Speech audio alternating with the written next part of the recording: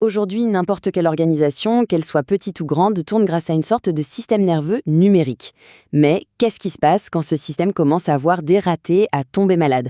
Eh bien, aujourd'hui, on va justement voir comment faire un bilan de santé complet pour s'assurer qu'il reste performant, sécurisé et efficace. Allez, c'est parti. Alors, voilà le programme. On va décortiquer tout ça en 5 grandes étapes pour y voir plus clair.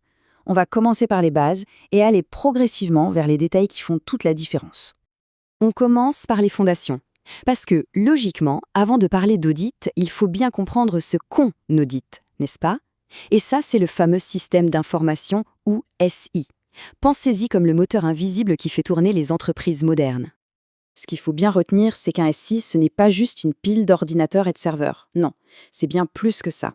C'est un vrai écosystème qui mélange les gens, les processus et bien sûr la technologie. Et c'est tout cet ensemble qui gère le flux vital de l'info, un peu comme le sang qui circule dans les veines de l'entreprise. Forcément, qui dit complexité dit aussi risque. Pensez-y, une petite erreur de code peut avoir des conséquences en chaîne. Des données peuvent être modifiées ou pire, perdues ou volées. On peut aussi faire face à des pannes complètes ou à des fraudes. Et puis, il y a le risque de ne pas être en règle. Et ça peut coûter une fortune. Bref, ce sont des vulnérabilités qu'on ne peut tout simplement pas se permettre d'ignorer. Alors, face à tous ces dangers, on fait quoi? La réponse, la vraie réponse professionnelle et structurée, c'est l'audit informatique. Voyons voir ce qui se cache derrière ce terme. Pour le dire simplement, l'audit informatique, c'est un examen méthodique et rigoureux pour gérer tous les risques dont on vient de parler. C'est vraiment le check-up complet, le bilan de santé de ce fameux système nerveux numérique. Et cette citation, elle résume parfaitement l'idée. Le but, ce n'est pas juste de jouer aux gendarmes et de chercher les erreurs. Non, l'objectif final, le vrai, c'est de s'assurer que la technologie soutient la stratégie de l'entreprise, qu'elle l'aide à avancer au lieu de la freiner. Ok, tout ça c'est bien beau, mais concrètement, comment ça se passe un audit?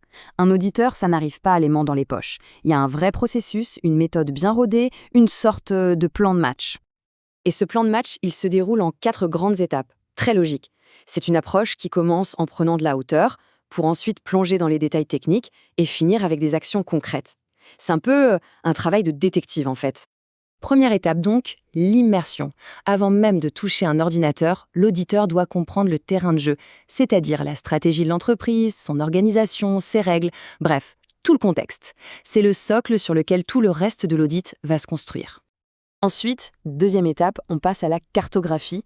L'idée, c'est de dessiner une carte complète de toutes les applications et de comment elles se parlent entre elles. Et là, c'est presque magique. On voit apparaître très clairement les points de friction, les zones de risque, les failles potentielles dans l'architecture.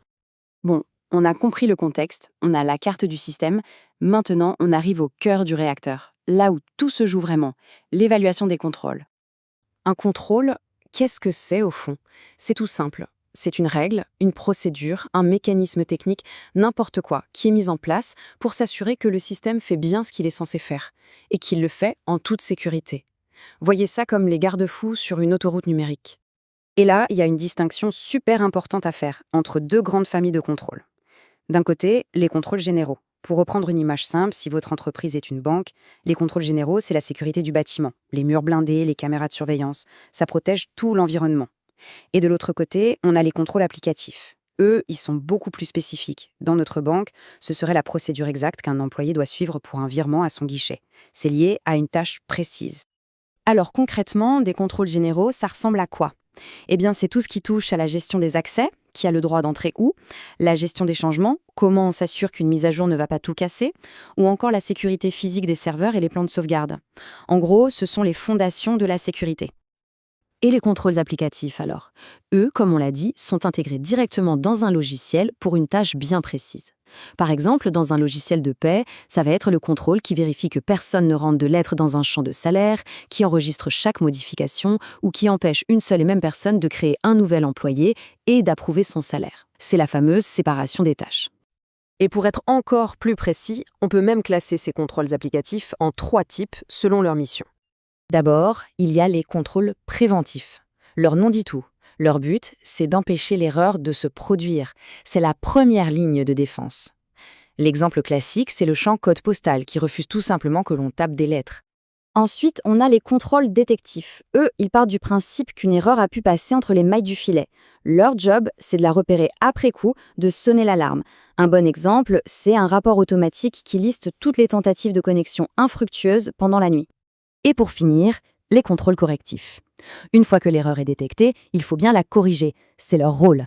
C'est la procédure de restauration des sauvegardes après un crash, par exemple. La logique est donc imparable. On prévient, si ça ne suffit pas, on détecte et ensuite on corrige. Ok, après toute cette technique, on pourrait se demander, mais pourquoi faire tout ça? Pourquoi dépenser autant de temps et d'énergie? Quel est le but ultime de tout ce processus? Eh bien, le mot-clé, le bénéfice final, c'est la confiance. C'est avoir la certitude que les données sur lesquelles l'entreprise se base pour prendre ses décisions sont justes, complètes et fiables, de bout en bout, de la saisie initiale jusqu'au rapport final sur le bureau de la direction. C'est l'assurance, tout simplement, que la stratégie de l'entreprise repose sur du solide. Donc, au final, un audit informatique, ce n'est vraiment pas qu'une histoire de technique. Non, c'est un pilier de l'intégrité de l'entreprise. C'est un investissement direct dans sa crédibilité, sa sécurité et, au bout du compte, dans son succès sur le long terme. Ce qui nous amène à la question de fond, celle qui reste en suspens. Finalement, et après tout ce qu'on vient de voir, dans quelle mesure peut-on être sûr de la bonne santé du système nerveux numérique qui, aujourd'hui, fait battre le cœur de n'importe quelle organisation?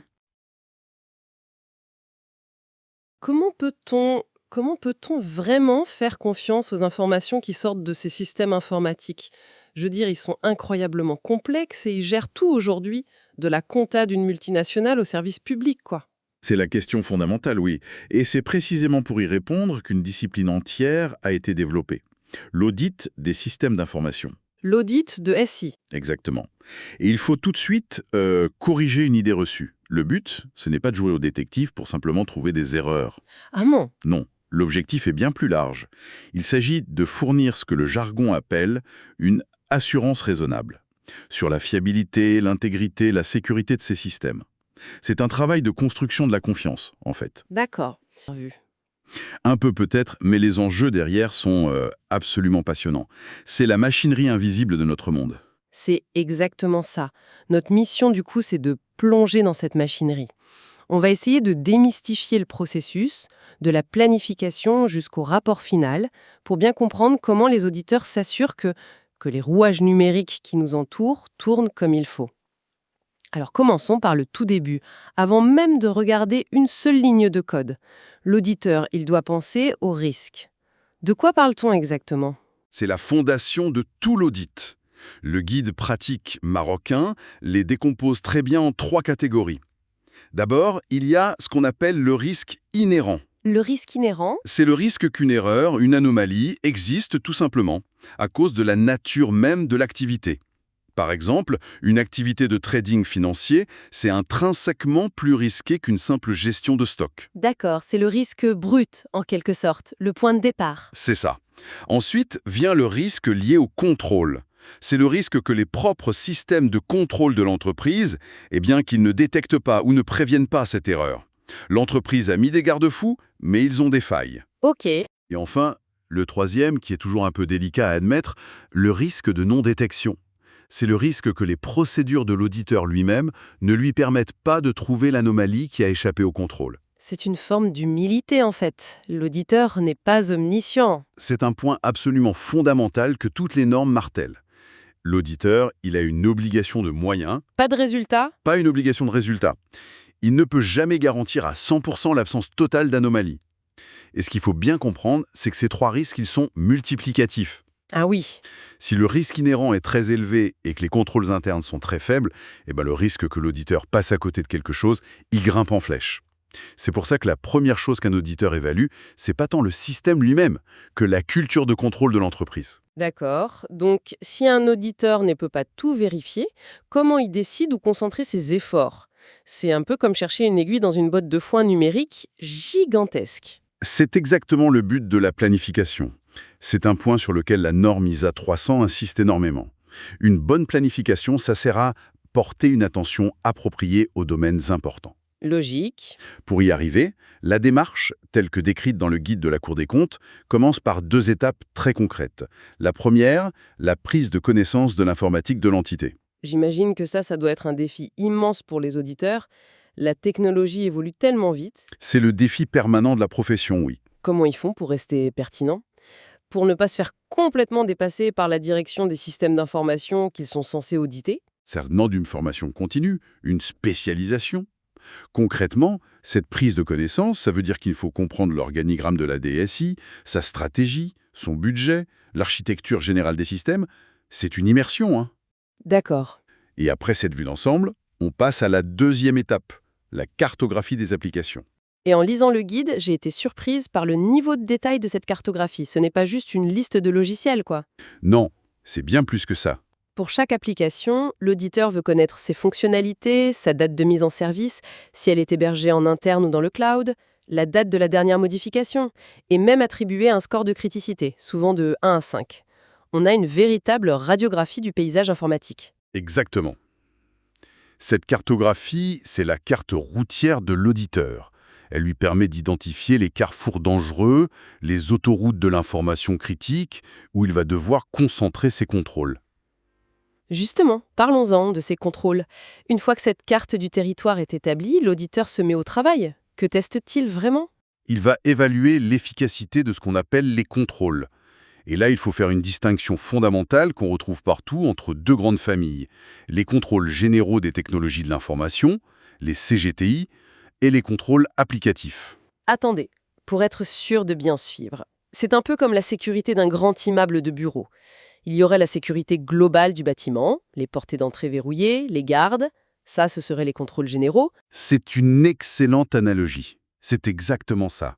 Les contrôles généraux sont la fondation sur laquelle tout repose.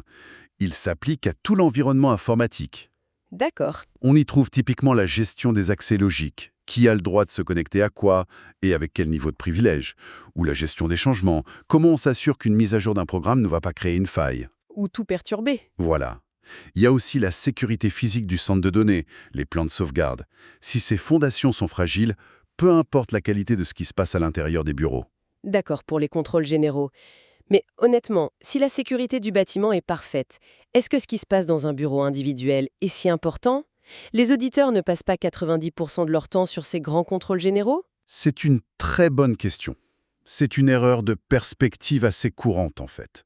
On pourrait le penser, mais en réalité, les fraudes et les erreurs les plus intelligentes, elles se nichent souvent au niveau des transactions quotidiennes. Ah oui? Les fondations peuvent être solides, mais si quelqu'un a la clé du coffre-fort dans son bureau et que personne ne vérifie ce qu'il en fait, c'est là que les contrôles applicatifs deviennent absolument cruciaux. Donc si les contrôles généraux sont la sécurité de l'immeuble, les contrôles applicatifs, ce sont les règles spécifiques à l'intérieur de chaque bureau. Précisément. Ils sont intégrés directement dans les processus métiers, ils suivent le flux de l'information, les guides les classent en 3 temps. D'abord, les contrôles sur les données d'entrée. On filtre à la porte. C'est ça.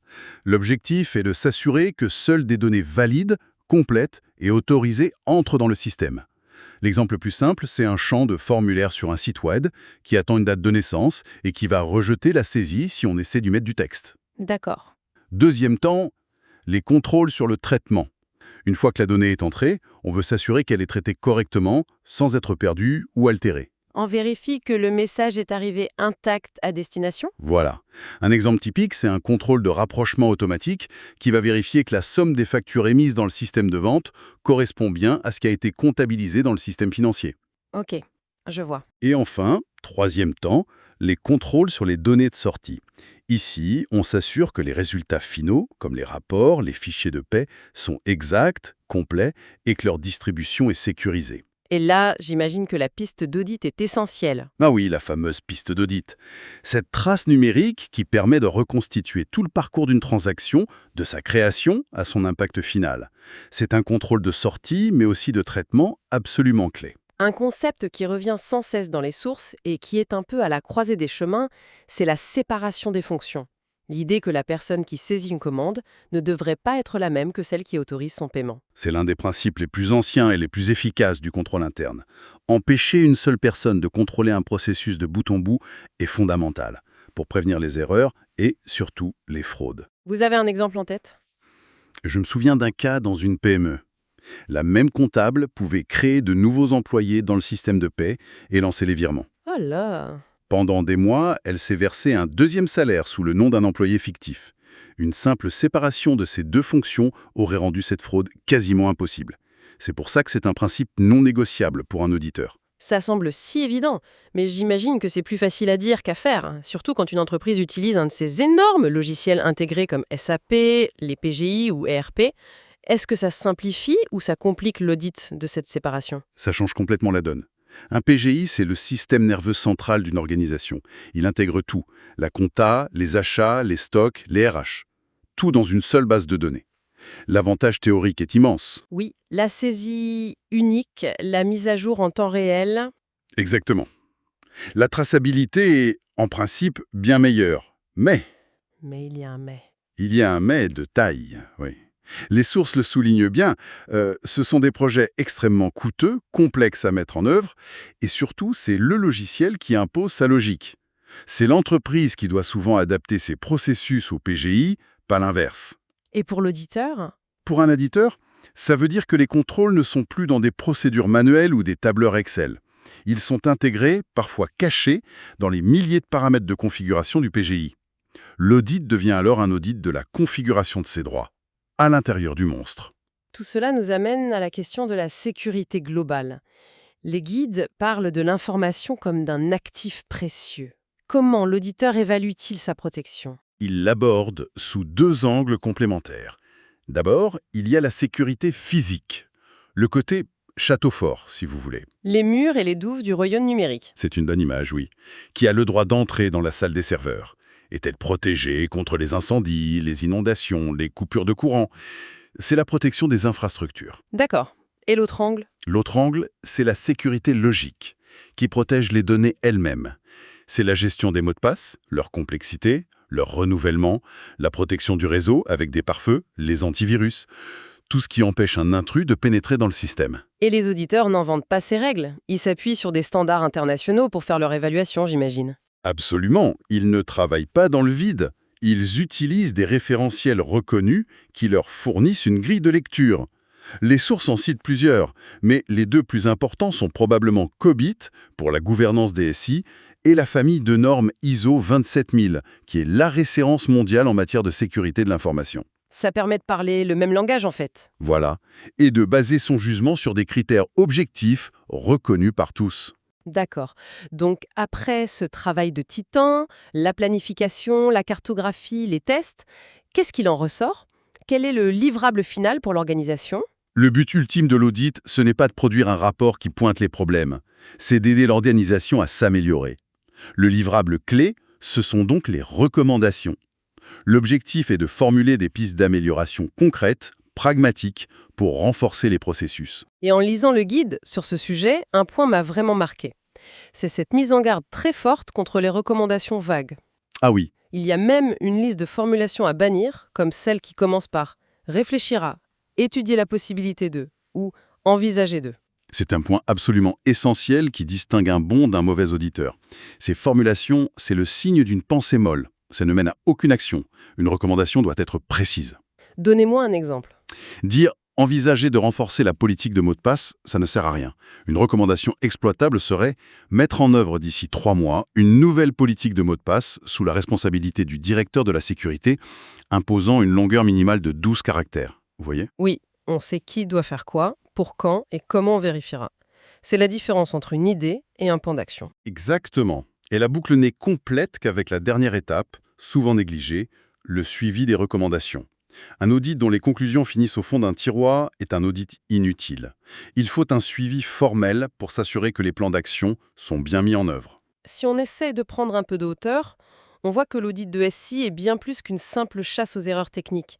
C'est une démarche incroyablement méthodique qui part d'une évaluation des risques, pour savoir où regarder, Qui se poursuit par une analyse rigoureuse des garde-fous mis en place, qu'ils soient très larges, comme la sécurité des accès, ou très fins, comme la validation d'une donnée. et qui se termine non pas par un jugement, mais par un plan de route, avec des recommandations précises et un suivi pour s'assurer que l'organisation arrive bien à destination. Au fond, si on connecte tous ces points, l'objectif final, c'est de construire ou de renforcer la confiance. À une époque où les preuves tangibles, les factures en papier, les registres signés, tout ça disparaît au profit de pistes d'audit purement numériques, cette discipline devient la nouvelle garante de l'intégrité. C'est une conclusion très claire. Pour terminer, peut-être, laissons une question ouverte. Toutes les sources qu'on a parcourues, elles parlent de pistes d'audit et de contrôle conçues par des humains pour vérifier des processus opérés par des humains, même assistés par des machines. Mais le monde change. Alors que les systèmes deviennent de plus en plus autonomes, que des décisions sont de plus en plus déléguées à des intelligences artificielles, la question devient vertigineuse. Comment les auditeurs de demain pourront-ils vérifier et valider des processus qui se déroulent dans une boîte noire algorithmique? Une boîte dont la logique est parfois incompréhensible, même pour ses créateurs. Quelle forme prendra l'audit quand il n'y aura plus de pistes humaines à suivre ?